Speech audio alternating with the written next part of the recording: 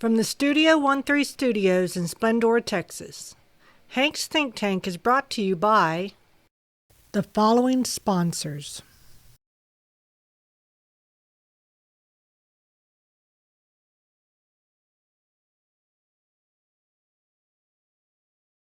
Quiet on set. Picture is up.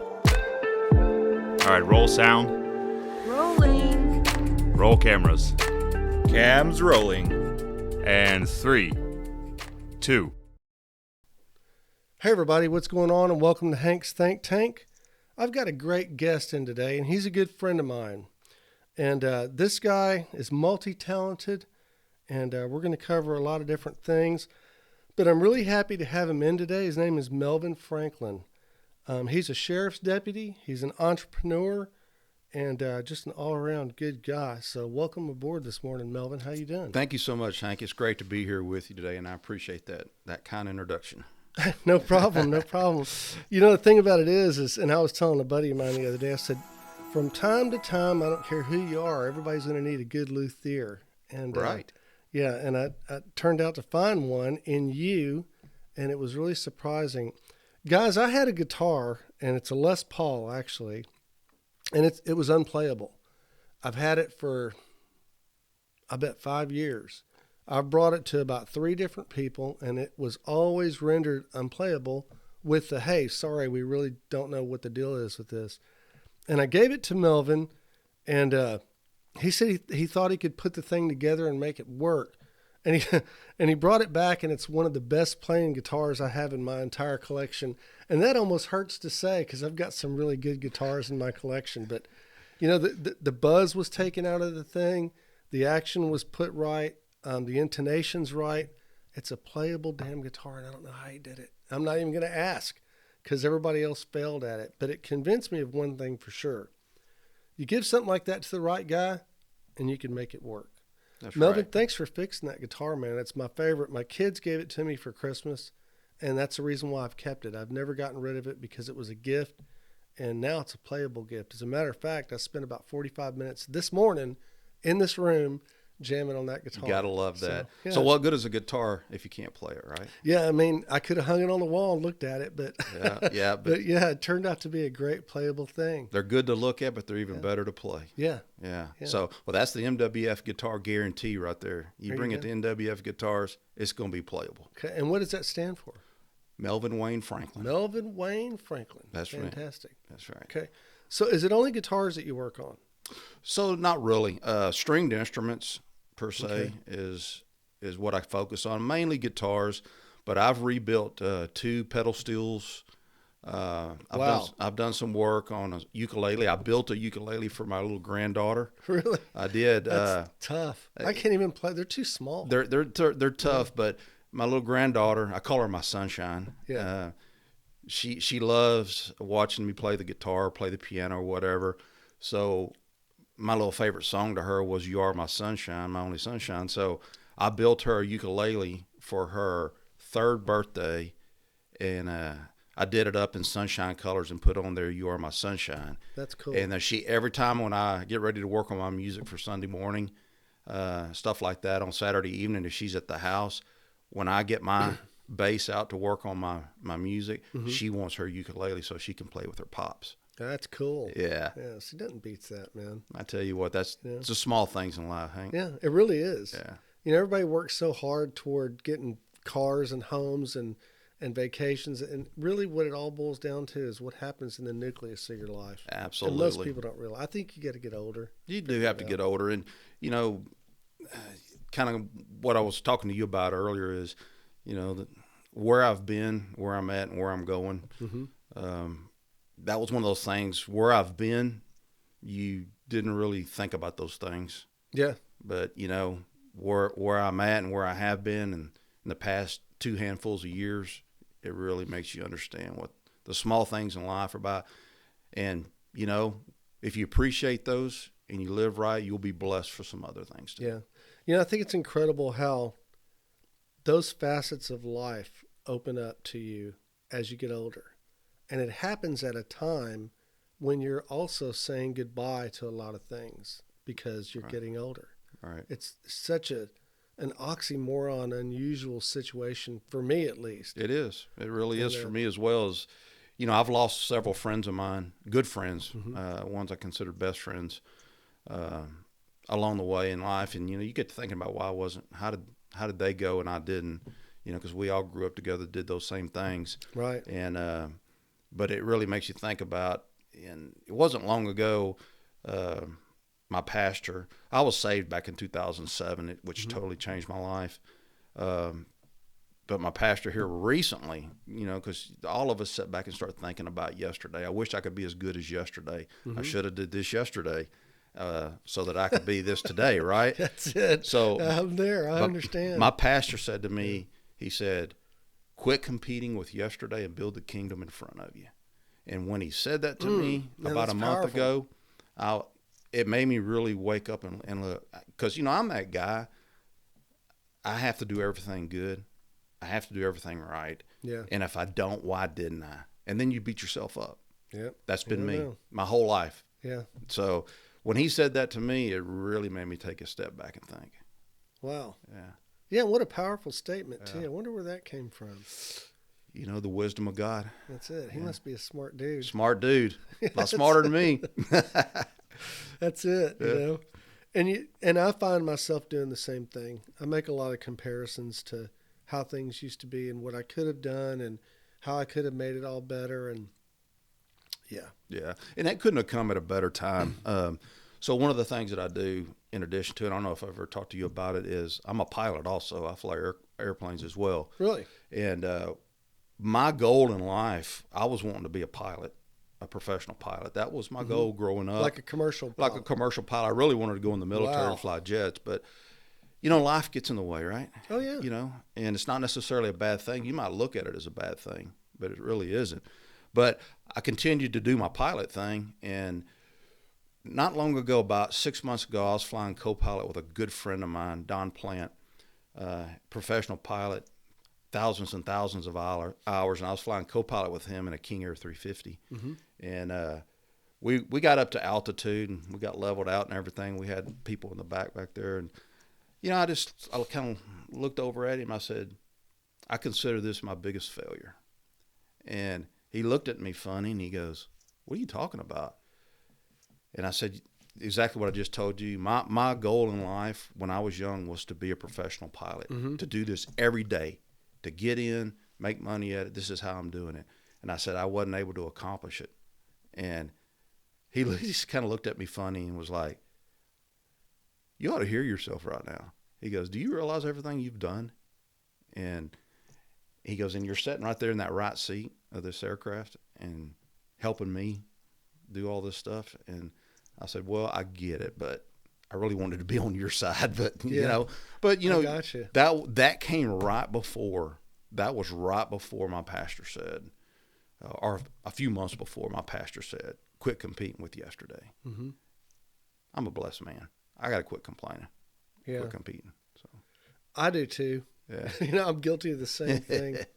So, I constantly think to myself that I should have been more successful than I am. And even sometimes I'm like, God, what happened? I consider myself poor sometimes, and I'm not poor by any means. I mean, even poor people in this country are rich by comparison to others. Correct. And I don't spend enough time being thankful for the things that I have and even the things that I've accomplished, because I've accomplished a lot myself. And it's tough. I mean, it's hard to find that way because you always think my life should have taken me over here, but now I'm over here. How do I deal with that? Yeah. Right. Well, so I was born and raised very modest. Right here in East Montgomery County area. I was born and raised Bennett Estates up on 1314. Okay. Down on the Sandy Center River, hanging out as a kid, that kind of thing. Cool.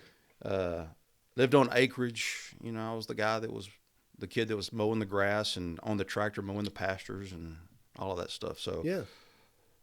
And you kind of get, and of course, we had gardens and all that, and growing up having to pick the gardens, I don't ever want anything to do with that again. I'm done with that. I migrated to the woodlands. I got you. Yeah. Well, you find yourself late in life like where I am now, migrating back to that stuff. Oh yeah. I miss that. Mm-hmm. And, so you start thinking, man, I wish I could go back and I wish I could get on that old tractor again, which happens to be, I'm rebuilding right now. Yeah. It's an old tractor my dad had. Me growing up, I learned to drive on that tractor, and been sitting in a pasture for 10 years, rusting, and I pulled it out, and I'm totally rebuilding it. So, wow, that's a big project. That's a big project. I've been going on with it for about 6 months now. Yeah. My goal is, I'm going to have it in the Christmas parade, hopefully, in Conroe. So, that's anyway, great. But we always go back to our roots. Oh yeah. Eventually. Yeah. See, now I wasn't born in the Heights, but I was raised in the Heights when the Heights was the ghetto. I mean, it was 4 miles out of downtown Houston. Tough neighborhood. Probably racially, it was pretty equal between white guys, black guys, and what we called Mexican guys back then. So, and everybody had their own gangs and all that kind of stuff. It was a tough neighborhood. But the relationships that I had with my friends were tighter than I've ever had moving forward in my life. Right. And so I miss those relationships and having the ability to be able to tell somebody what's really going on and not have to worry about them judging you because they come from the same place you do. Exactly. That's exactly right. So yeah, I mean, it's interesting, and I think that maybe that's where wisdom comes in. As they say, we start to learn about things that we thought didn't matter as we get older, and maybe that's what they call wisdom. I hope so. Yeah.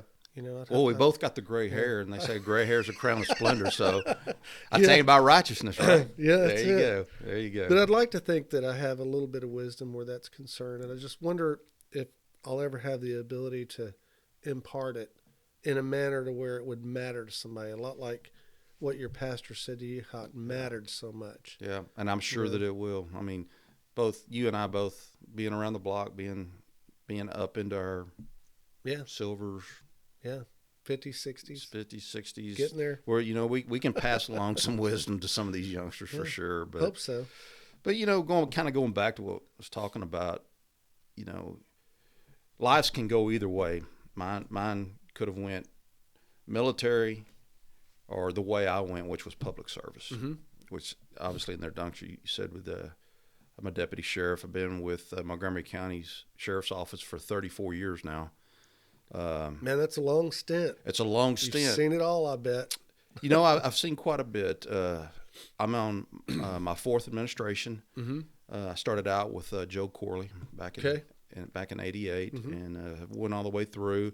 I've been very fortunate and blessed to being able to move up. Currently hold the rank of captain there. But in 14 months, I think I'm gonna call it quits. Oh wow! And which is. You kind of get to the point, in the last couple of years, what was I going to do? What do I want to do? Well, being involved in the church like I am, and after being saved, I'm one of the musicians with Zeal House Worship. Okay. Zeal House Worship is up on the Sam Houston State campus. Started out, we were a branch off of the Ark Conroe, the Ark Church Conroe. Okay. Yeah, I've heard of that one. Yeah. And I played bass guitar for the Ark for a handful of years. When I got in with those guys, and then we branched off and went up to Huntsville. They asked me to go up there and have a little mentorship, and I'm the old guy in the group. Okay, everybody else is younger than me, pretty much younger than me, a lot younger. But just between us, I know you jam better than they do. Let me tell you something. There ain't nobody that can jam more than a good old classic rock dude, right? Go. That's it. Even when it comes to worship music, but they hold their own pretty well. But I'm very blessed to be there. But being involved in music my whole life, that's kind of what started my little side gigs and under my Wanko Ventures LLC was the guitar thing. And I started having people come to me and want some guitar work done because they knew that I had started learning to do this. And I'm going to throw a gig out to a friend of mine, Mike Ned, with Ned's Guitars. He's in Oak Ridge. Okay. Now that dude is the Luthier, okay? I'm gonna tell you something. He's the one I used to take my stuff to, and I finally told him. I said, Mike, I'm getting tired of paying you to do my stuff, man. There you go. And I said, I need to learn how to do this. I said, can I come to work for you for free? I said, just to learn. And he said, man, I can't have you come in here. He goes, but here's a book. Go read it. So I started reading books. And then, of course, having all the guitars like I have and stuff, I just started working on my own stuff. I figured if I messed it up, it was mine. Yeah. And I never really messed anything up, but as it's turned out over the last several years, I've gotten pretty good at it. Yeah. And it's something I enjoy, Hank. It's therapy for me. So when I go into my shop, and I have a shop set up now, and I'm working on a guitar, I turn on my music, I sit there and I work on that guitar, and I just totally, everything else gets shut out. There you go. Yeah. So it's enjoyable for me. And that's why you're good at it. That's why I think I'm good at it. That's it. And then on my sharpening side of things, my daughter's a hairstylist. Okay. She has a business called HBO Hair by Lauren. Okay. And they were having to pay a lot of money to have their beauty shears sharpened, right? Mm-hmm. You know, some of those shears are pretty expensive. I mean, they're high dollar scissors, $1,000 a pair. That's crazy. I mean, some of them. Wow. And so they were having to pay $40, $45 a pair just to have them sharpened. Mm-hmm. How often does that need to be done? In a high quality salon where they're doing a lot of cuts and a lot of hair, every 3 to 4 months. Okay. So, and you figure every hairstylist has a dozen. And so they might get 3 to 6 sharpened at a time. Yeah. So for my daughter, and I look, these ladies, I have found since I've been in this business, and gentlemen, they work hard. Oh, yeah. It can't be an easy job. They're on their feet. They're working on your hard. feet, dealing with the public. Absolutely. Yeah, hands-on, too. Hands-on. And wow. So I started. Can't imagine. When my daughter told me she was paying $40 a pair, and I went, that sounds high. Mm-hmm. So I do what I do, is I went and started doing some research. So I did, and I got to looking at the different kind of machines and the education to learn how to do it. Mm-hmm. So I went to a school to learn how to do it. Wolf Industries is where I buy all my stuff. They're out of up north, Illinois, if I remember correctly. Mm-hmm. I took their courses. I bought their machines. I bought a bunch of cheap shears. Started sharpening. Again, if I mess them up, I bought them. Your deal, yeah. Okay. So I started doing it. Well, then I practiced for 3-4 months. Thought I was getting good enough to go out. So my first outing, I went out to a big salon, sat down, started sharpening shears. People fell in love with me. I was nice, and I charged $25 a pair. Wow. Okay. That's a great deal. Well, and the reason being is, look, I'm not out to get rich on this thing. Mm-hmm. I have a career, thank God, and I've been blessed in my career. And I don't need to rip these ladies and gentlemen off. Yeah, I got I'm just not going to do it. So I'll go out and I sharpen for them. I've made a pretty decent name for my business, which is Sharp as Shh. Yeah. And the reason why I had to do the shh, because Gmail wouldn't let me do the real word. I bet not. So it's Sharp as SHHH with a shh emoji on the end. Yeah. So, that name alone has gotten me quite a bit of business. Oh, I bet you. Because people they see my sign, they go, "Oh, look, that's funny," and so that's gotten me quite a bit of business, and then we're doing okay. Well, then that had led into Hank, stylists asking me about, "Do you sell shears?" Mm-hmm. And I'm like, "No, but I'm going to, because you asked me, right?" Mm-hmm. So I started doing research again of where you can get quality, because I'm not going to sell trash. Right. I refuse to do anything that's not quality. Yeah, I got you. So I started doing research. I found a provider that provides me with my shears, with my brand. Mm-hmm. It's called SAS, stands for Sharp as Shhh Shear Company. Makes sense. Okay. And, I walk into the studios being a little crazy going, anybody want some SAS in their life, right? Mm-hmm. So I open them up. I got a case. I also have an online store, the sascompany.com, if anybody wants to go to it. I have an online store you can buy, but I also carry some in my case. I sell quality shears. Again, I can't rip people off. there is a huge markup in those things. Oh, I bet you. And these shears, Hank, these shears that people are selling for $600, $700, $800, they're paying less than $100 for them. Yeah. And I can't. I'm not going to go to my maker and they say, "Why were you taking advantage of these people?" Yeah. So I sell shears. A shear that somebody's selling for $400, I'm probably selling them for $150, $175. That's a good deal. That's a good deal, and they're quality Japanese steel. Okay. And I don't. Yeah, I was going to ask you what kind of steel is it? It's Japanese steel. Stainless steel. Stainless Japanese steel. Okay. Good quality stuff, and I sent some pictures to you so you could. Yeah, I'm going to insert some. Okay. I'm going to find places where we mention stuff, and I'll insert it over your shoulder or Perfect. over mine. Either one. So depending, yeah. You can see some of my stuff, but yeah. You know, I just, you know, if I go in and people want them, I sell them. They go to my store, they buy them, and but then my sharpening business, even taking it farther with the sharpish side of things. People ask me about knives because I sharpen a lot of knives, a lot of chainsaw chains.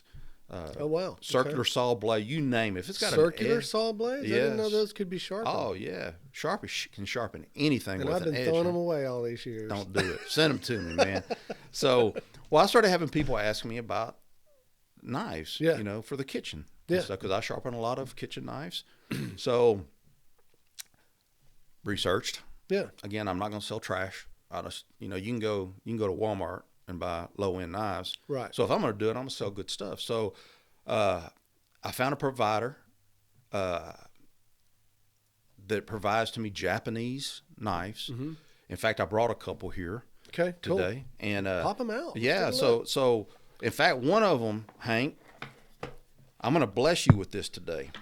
Oh, you're kidding? No, I'm not. That is a quality Japanese knife right there. That is not cheap. Wow. But I want to bless you with that today. Look at that. Because number one, I appreciate what you do and everything you do. And number two, the Lord just put it on my heart to do it just now. Man, that's a nice looking knife too. So, and that thing, be careful. It will cut your finger off. Oh, I bet you. Okay. Yeah. But here's the lid for it. Okay. And they're Suncraft knives. Okay. They come from Japan. They're made in Japan. I buy them out of Europe is where I get them. Okay. So it's through a distributor in Europe is where I get them, but they're made in Japan. And I've sold quite a few people who appreciate quality knives. Yeah. Chefs, barbecue cook-off people. Yeah. Those kind of people that really need good and knives. I've got an outdoor kitchen, so I like to barbecue out there. Like this one right here. I got this one because barbecue cook-off season is coming, but this is one specifically for brisket and cutting big slabs of meat. And this one right here, look at the size of that thing. Yeah, that's your slicing. Oh, that's a beautiful knife too. Yeah, and man, that knife retails for about $300. Yeah, I want to see if I can get a kind of a close up of that. That's just amazing. Yeah, wow, so that's an impressive, and it's light. It's light. It's not real heavy, and it's very quality. And I can get them in three different. I can get them in a full flex, mid flex, and a stiff. Okay. This one is a mid flex. Okay. Mid flex is kind of like you're all around cutting all kinds of big slabs of meat and such. Yeah, that'd be for like brisket and stuff like that. Yeah, this is perfect for that. And when people buy them from me, you know, I give them, as long as I'm in business, I sharpen them for nothing. Yeah. You know, so they get free sharpening with them. But, you know, if you like quality, these are the ones right here. And if you don't want quality, go down to somewhere else. Go to Walmart. Yeah, go to Walmart. There you go. So that's cool. And but yeah, so that's kind of, you know, I went from, people say I went from cop to cosmetology, you know. Yeah. Because I went from, you know, working my way up through the sheriff's office, doing everything from patrol investigations, homicide. I've done every kind of investigation. I've put people on death row. I've witnessed an execution due at the request of a family member. Oh, wow. I've done internal affairs, so I've investigated police officers. IA is a popular job, isn't it? Well, it is, but, you know, it's one of those kind of things, Hank, that they say the dark cloud follows you, but I can honestly say my stint in internal affairs, I probably cleared as many people as I did put policy violations or criminal violations on. Because part of that job is, number one, you got to have the integrity to do it. Mm-hmm. Number two is to doing it the right way, whether it's popular or not. Okay, so it would be a tough job to hold, I think. It really is, and it's look, if a guy is right, he's right. Okay, if he's wrong, he's wrong. Mm-hmm. But you gotta keep that. You got to be unbiased. Go down the road, do it the right way, and say, this guy did this because of this reason, or he did this because he messed up. You do know you're a rare dude, right? I mean, you do know that. Really. There's not that many people out there that just hold a level of integrity like that. It's really, really rare to find. I've tried hard my whole life, Hank, to be a man of integrity and honor. Now, there was a time in my life, I don't mind saying that probably my morals weren't as great as they should have been. Mine neither. Yeah. But that's human, right? Right. And it's a learning process as well. It is. And a painful one. It is. But, thank God that God hit me in the chest with a baseball bat one day. Yeah. And woke me up. So how did that come about? So my father, he passed away in 2007. Okay. Which was when I got saved. And he had been in the hospital having a surgery done that went really wrong. And he was on life support. We decided to unplug the life support. Rough. So, but he lived 52 hours before he finally passed. And I was sitting with him when he took his last breath. Mm-hmm. And I was with my dad too. Yeah, it was just me and him. I had my feet up on his bed. Mm-hmm. Had him, we were watching. I had the TV on. And he liked the Western Channel.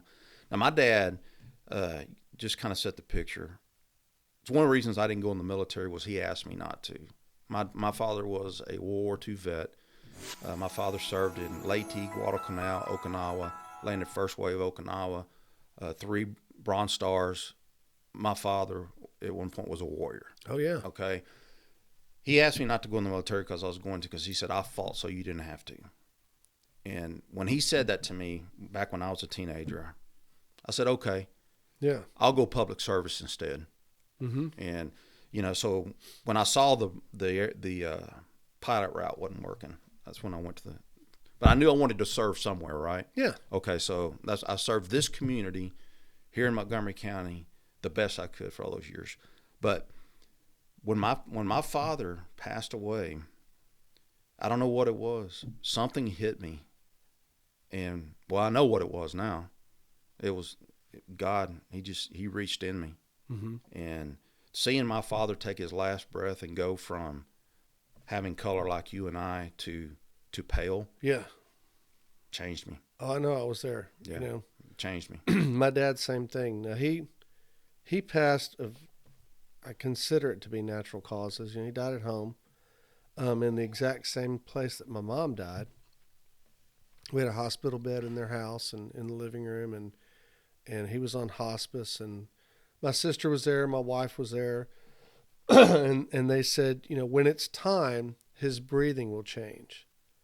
And so the hospice nurse came, and we were in the same room, but we were watching TV and not really paying that much attention. And she said, well, his breathing has changed. So we turned the TV off and spent his last 10 minutes with him. Mm-hmm. Same thing. We watched him go from, living to not. And it's a hard thing. It's a hard thing. But at the same time, to me, it's like a beautiful thing because he was there to see me be born. And I was there to see him go away, pass away. And that's, so it's like a full circle. It sure is. Never thought of it that way. Yeah. And, and then, so that's when I got saved at that point. My brother-in-law is a pastor, and he had a little church called All Nations Worship Center.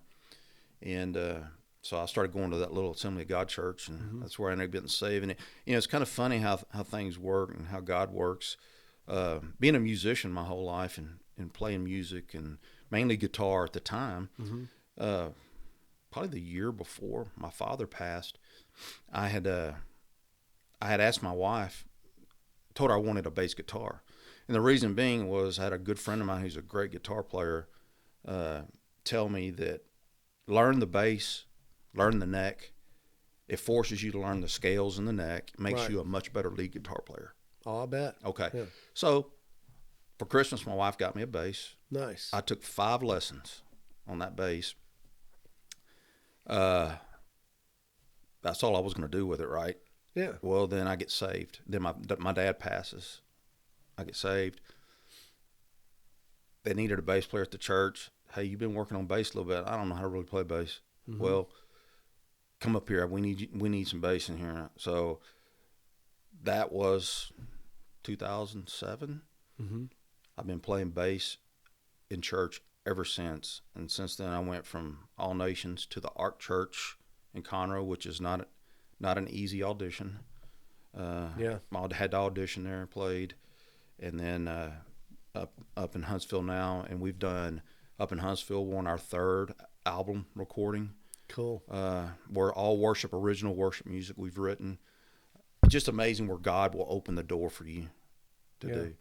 Now I hardly ever play guitar anymore. It's all bass now. Yeah, that's great. Yeah. Yeah, nothing wrong with that. Yeah. You know, music is the only way that I've ever thought that a human could literally show you their soul.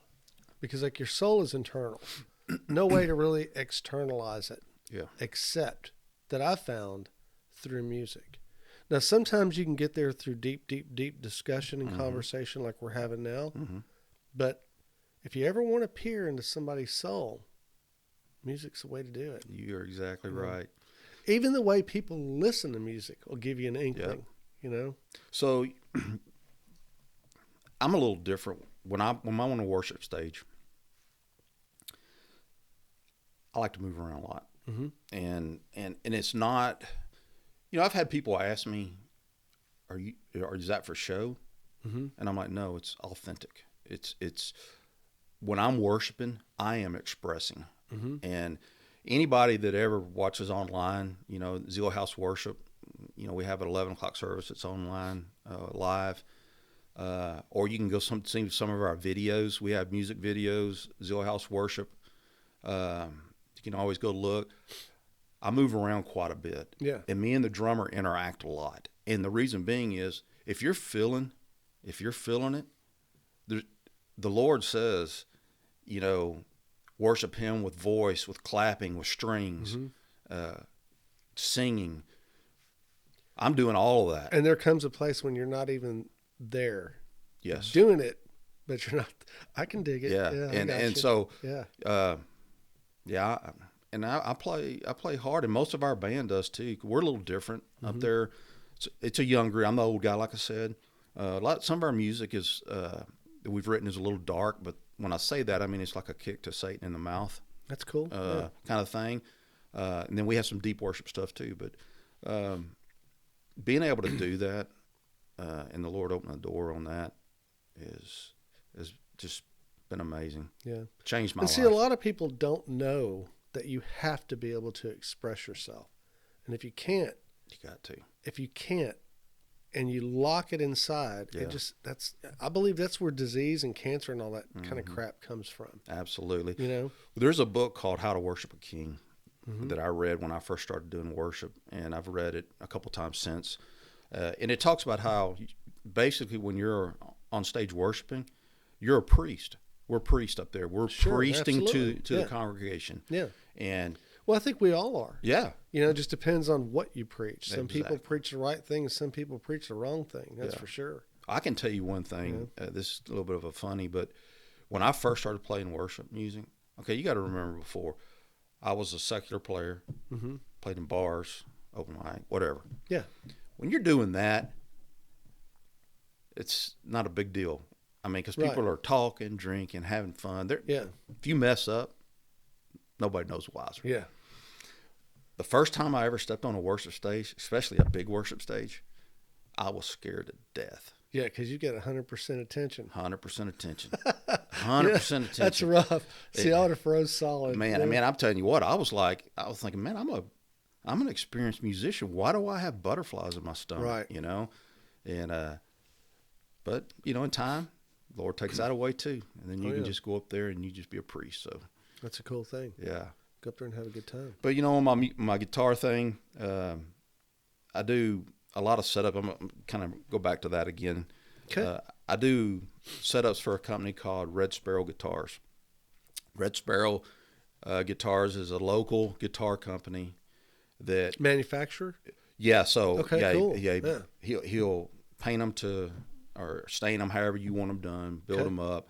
He sends them to me, and I set electrics or acoustics or electrics, all electrics. Okay. And he pretty much is doing a lot of the Telly and Strat type stuff right now. But this guy, so he wanted to do something that was affordable because he is a PRS guy, Paul Reed Smith. Yeah, PRS is great, man. And he also plays Tom Anderson. Okay. High dollar guitars. Yeah. All of them. Oh, yeah. So for him to build something that he will play on stage, you know it's good. So he sends them to me to set up. I set them up for him. Great. He's a new business. Wanted to give him a shout out. Red Sparrow Guitars. Okay. It's Red Sparrow Guitar Works. I think that's how it is. RedSparrowGuitarWorks.com. Yes. Yeah. Okay. So, yeah. But good guy, great guitar player. Okay. Amazing. So y'all give him a look up too. Yeah, I'd like to check that out. Yeah. I'll make sure and insert some information about that.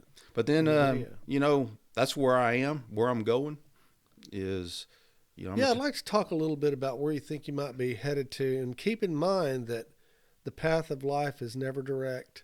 Correct. So somewhere along the way, you're going to take a left or right. You never know. But, you know, you said you were going to probably retire in the next, 18 months?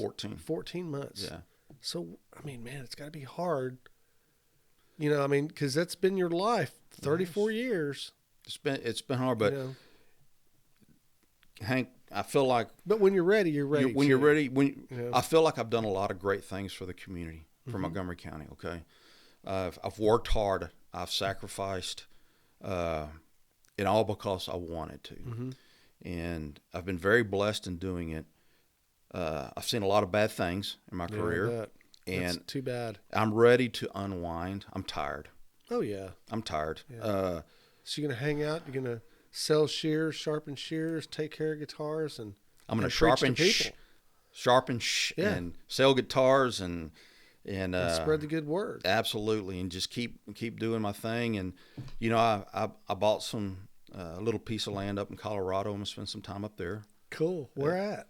It's up around the Fort Garland, Sangre de Cristo mountain area.